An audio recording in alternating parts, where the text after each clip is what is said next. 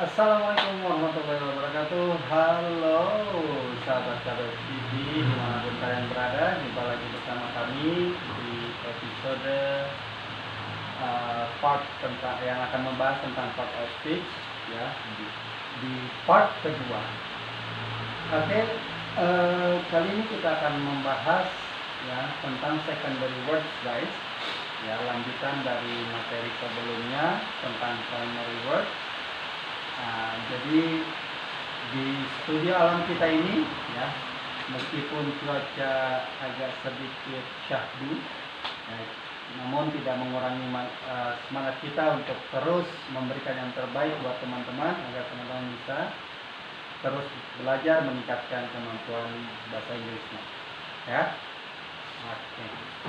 So guys, sebelum kita masuk ke materi pembahasan, subscribe, like, dan komen serta share ya, video kita ini ya, agar teman-teman kalian yang lainnya bisa juga merasakan manfaatnya ya. Terima kasih. Baik guys, kita lanjut ya materinya. Jadi sekarang kita akan membahas tentang secondary words. Apa itu secondary words ya, dan apa saja anggotanya. Baik. Jadi secondary words ini dalam part of speech adalah kata-kata yang fungsinya itu hanya untuk sebagai pelengkap dari kalimat.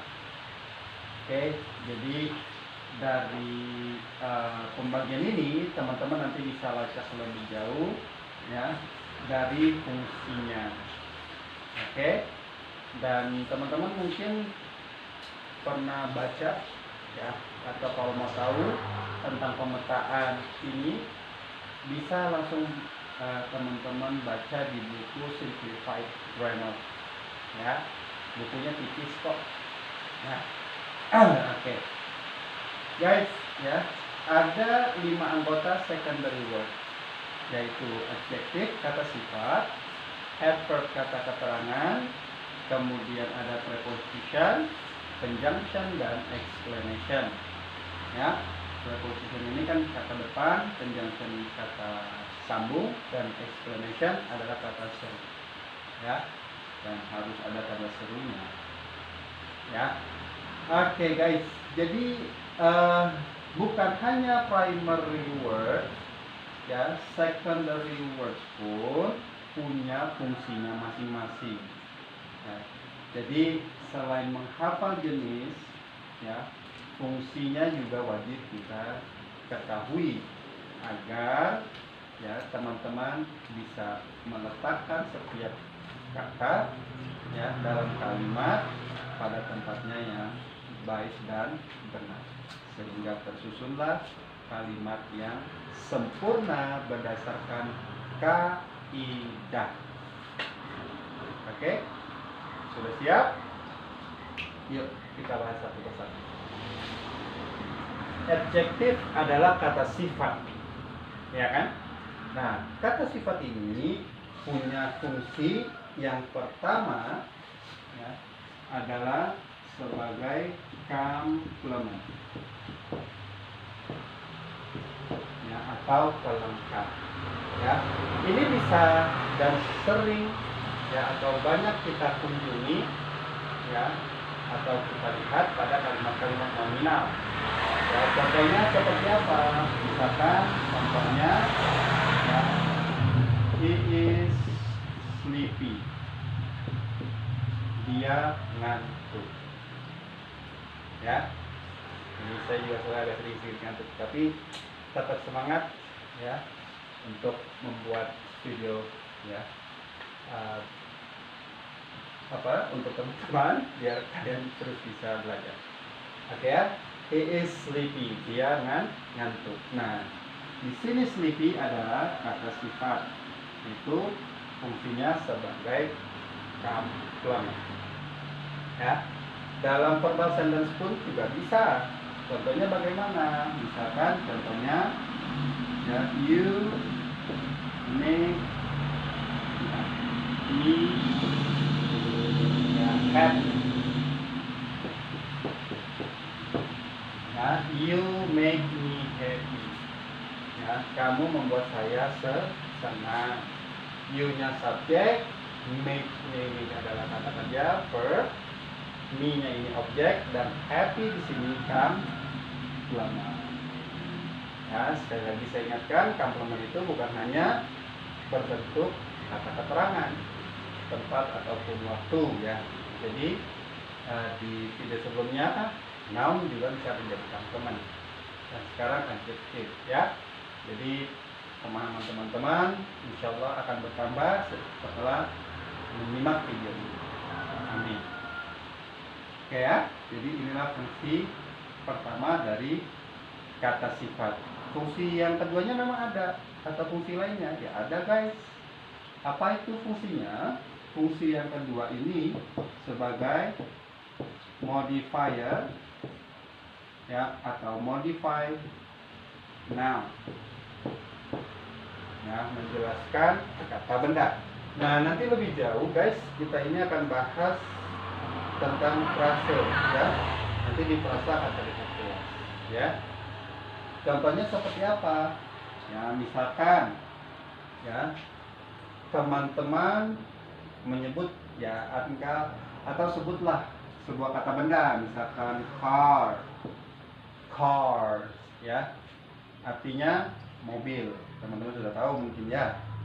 Oke, mobil. Nah, yang namanya benda kan pasti punya sifat guys ya. Sudah, teman-teman bisa ya lekatkan kata sifat itu sebelum kata bendanya. Misalkan new car, artinya mobil baru ya. Atau apa, misalkan expensive ya, car, mobil yang mahal, seperti itu ya. Jadi new atau new ya, serta expensive. Nah, ini adalah adjektif atau kata sifat yang fungsinya adalah menyifati benda atau menjelaskan benda ya, seperti itu. Kalau ada yang mau ditanyakan, coret saja ya, coret di kolom komentar ya, nanti kita akan diskusi di sana. Oke guys, ramaikan ya. Oke, terus kemudian adverb ya. Adverb ini adalah kata keterangan ya. Adverb ini adalah jenis kata yang punya fungsi paling banyak di antara kata-kata yang lain ya. Apa saja ya fungsinya, saya hapus dulu ya. Oke guys, yang pertama fungsinya adalah sebagai komplement. Contohnya misalkan I am in yard, saya di halaman.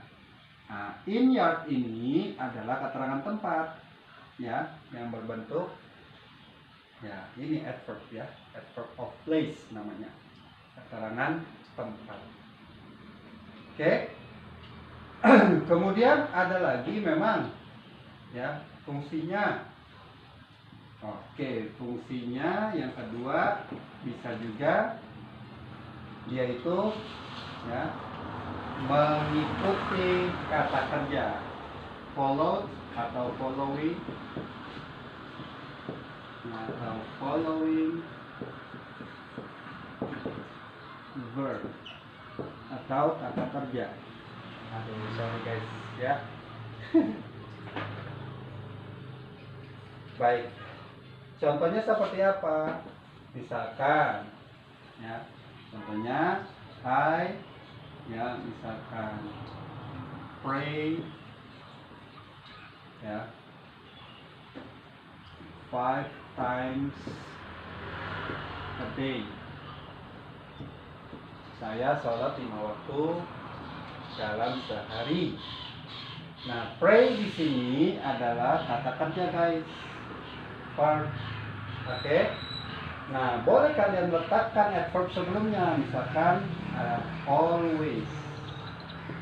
Nah, Always ini adalah adverb yang fungsinya adalah mengikuti ya kata kerja phrase ya. Jadi jatuhnya posisinya sebelum kata kerja, dan nanti lebih jauh ini akan membentuk sebuah frase namanya adverbial phrase. Nanti kita bahas ya. Kemudian apa lagi? Nah, posisinya bisa juga di belakang guys. Misalkan di sini ya, I ya, misalkan run ya, I run, saya berlari ya. Kemudian kalian mau memberikan keterangan seperti apa lari kalian ya. Misalkan I run slowly, saya berlari dengan perlahan atau lambat ya. Jadi run di sini adalah verb dan ini slowly adalah adverb. Begitu ya. Oke guys. Kemudian apalagi sih fungsinya ya? Selain dia mengikuti kata kerja atau diikuti kata kerja, bisa juga dia ya modify ya adjektif atau kata sifat ya, adjektif atau kata sifat. Nah, ini penting kalian kuasai guys, agar jika nanti kalian membahas tentang frase, kalian akan lebih mudah memahaminya. Karena frase itu nanti kan gabungan dari setiap masing-masing kata ini menjadi satu kesatuan sehingga membentuk makna. Ya, jadi kalau di fundamental grammar ini kalian masih belum kuasai, pasti belajar frase, klausa dan seterusnya kalian akan bingung. Karena itu ini sangat amat penting ya untuk dikuasai. Nah, percaya nanti kita buktikan. Oke, modify adjective atau menjelaskan sifat. Contohnya bagaimana? Misalkan ya, nah, ini contoh-contohnya ya. She is beautiful. Nah, kita pakai contoh-contoh yang umum aja ya. Dia cantik. Nah, kemudian kalian mau stressing atau mau menekankan seperti apa itu cantiknya.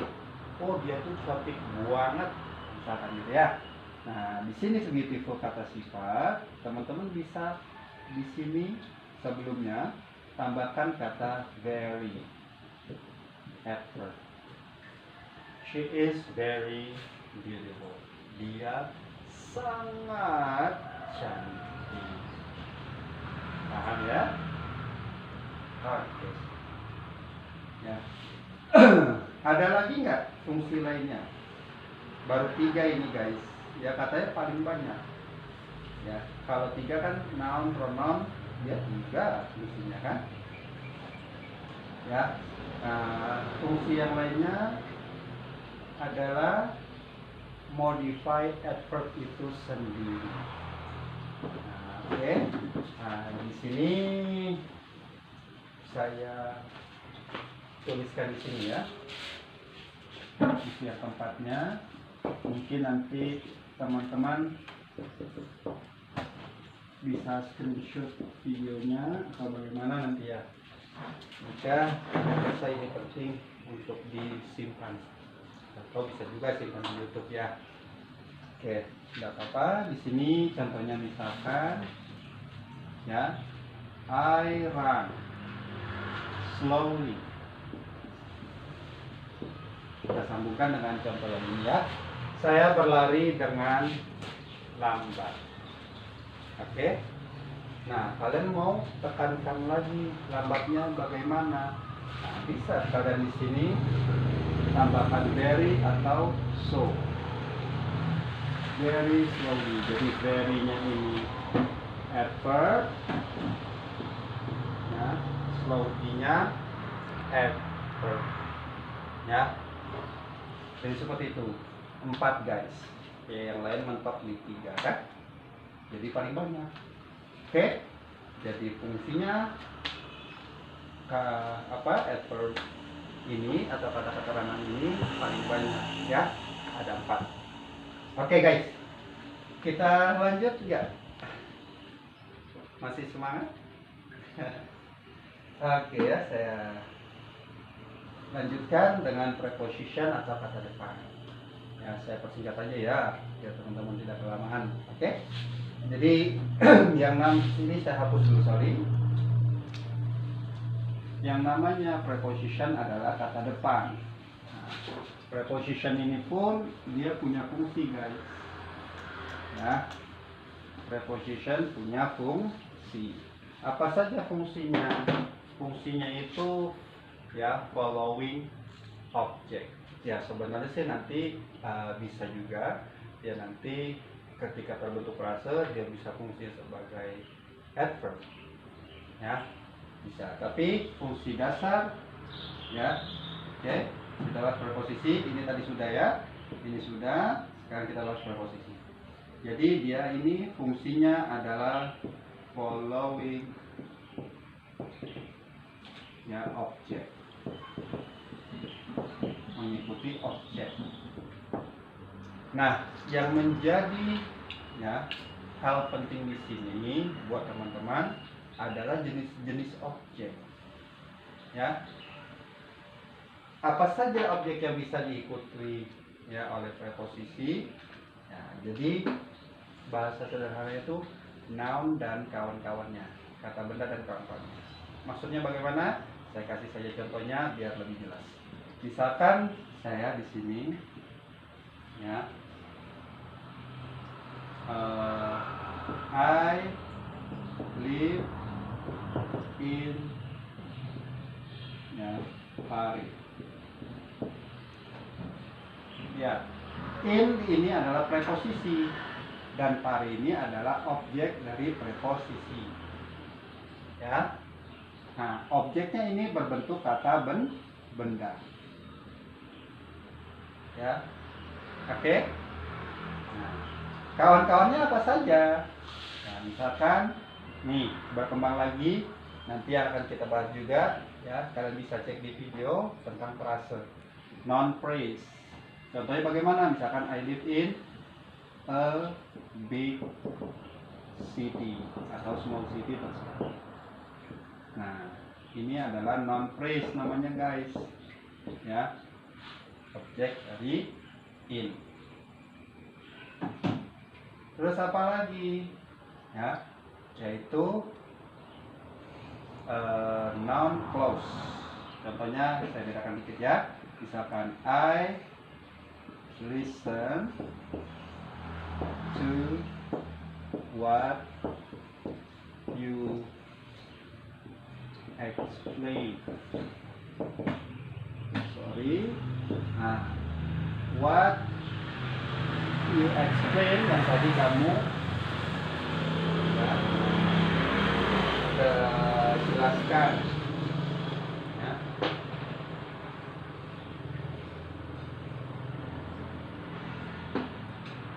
Oke, di presentin aja ya.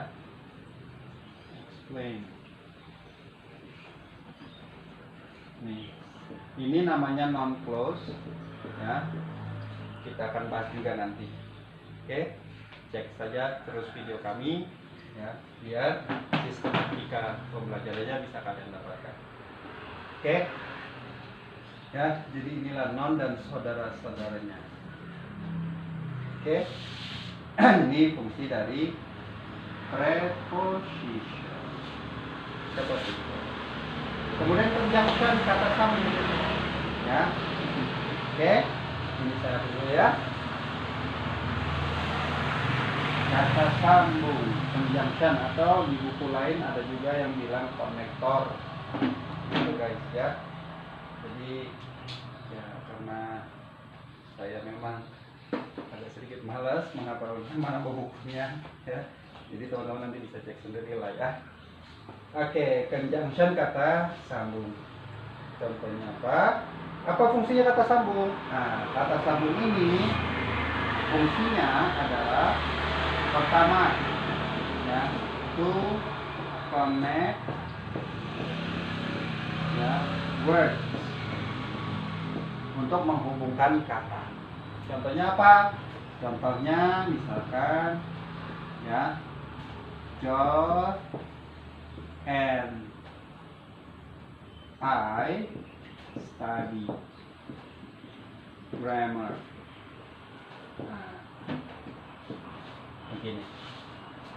I and Joe. Nah, and ini adalah conjunction atau kata penghubung. Joe-nya kata, I-nya juga kata. Oke? Nah, fungsi berikutnya apa lagi? Fungsinya adalah to connect, ya, to connect phrase, untuk menghubungkan frase. To connect phrase. Ya, contohnya bagaimana? Misalkan the student, ya, and the teacher, ya, misalkan study in class. Ya, the student and the teacher adalah noun phrase yang dihubungkan dengan conjunction. Nanti banyak jenisnya. Saya kasih yang umumnya saja biar pemahaman kalian bisa lebih mudah. Terus apa lagi? Ya, to connect sentence. Ya, untuk menghubungkan kalimat. Ya, contohnya bagaimana? Misalkan I study English, ya, koma, and you read a book. Nah, I study English kalimat pertama, and yang di conjunction, you read a book adalah kalimat kedua yang dihubungkan. Nah, nanti lebih jauh kita akan bahas ini, namanya compound sentence. Ya, gabungan dari kalimat. Oke? Ya, jika kalian ada yang ingin ditanyakan, nah, langsung saja, ya, tulis di kolom komentar. Oke guys, hapus ya. Nah, baik, yang terakhir, sebagai penutup pembahasan, ya, part of speech ini ada exclamation, ya, atau kata seru. Ya, di buku lain juga ada yang sebut interjection. Pokoknya dia harus dan wajib ada tanda serunya. Apa fungsinya? Fungsinya ini adalah to express emotion, untuk menyalurkan atau mengekspresikan, ya, emosi. Ya, jangan kalian ketika dengar kata emosi itu langsung hal yang negatif, marah-marah, tidak, ya. Tetapi emotion di sini ini bisa dalam konotasi yang negatif maupun yang positif. Yang negatif bagaimana? Yaitu marah. Marah-marah itu nggak bagus, negatif dia. Ya, misalkan kalian lagi kesal, kalian ucapkan hal-hal yang kurang enak, misalkan. Nah, kesal biasanya kan orang bukan kesal. Ya, misalkan, nah, kalian bilang, ya ini sering di movie ya, hanya sebagai contoh saja ya. Kalau tidak berkenan mohon maaf. Contoh misalkan Dan, ya kan? Atau misalkan sial. Nah, ini kan anak-anak itu shit. Ya.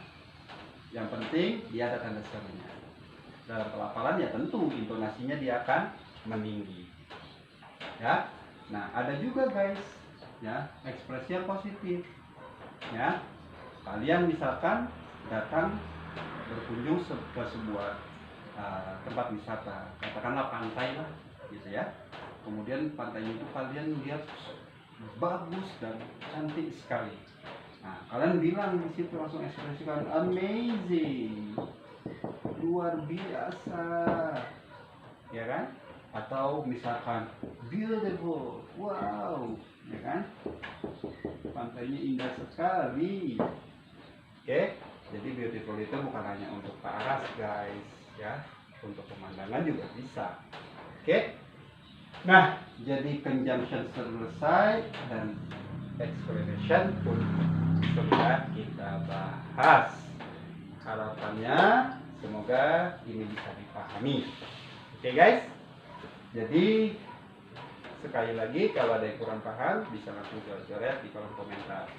Kalau kalian misalkan jam menonton videonya, dimulai dari secondary words. Ya, untuk primary words-nya silakan cek di video sebelumnya ya, biar kalian bisa mempelajari secara komprehensif seperti itu. Dan jangan lupa dukung terus channel kami dengan cara subscribe, like, dan komen. Dan buat teman-teman yang mau belajar secara khusus dan detail tentang bahasa Inggris, baik online maupun offline, kalian bisa langsung hubungi admin di kolom deskripsi ya. Oke, jadi itu saja dari kami. Kurang lebihnya mohon dimaafkan jika ada yang kurang berkenan. Dan saran kami ya, teruslah belajar, jangan menyerah, dan jangan jadikan ya lingkungan yang ada atau fasilitas yang ada itu menjadi kendala. Ya, semangat saja terus. Oke guys. Oke, baik. Saya rasa itu saja. Salam KBS TV, channel bahasa Inggris untuk belajar bahasa Inggris sederhana dan mudah. Assalamualaikum warahmatullahi wabarakatuh.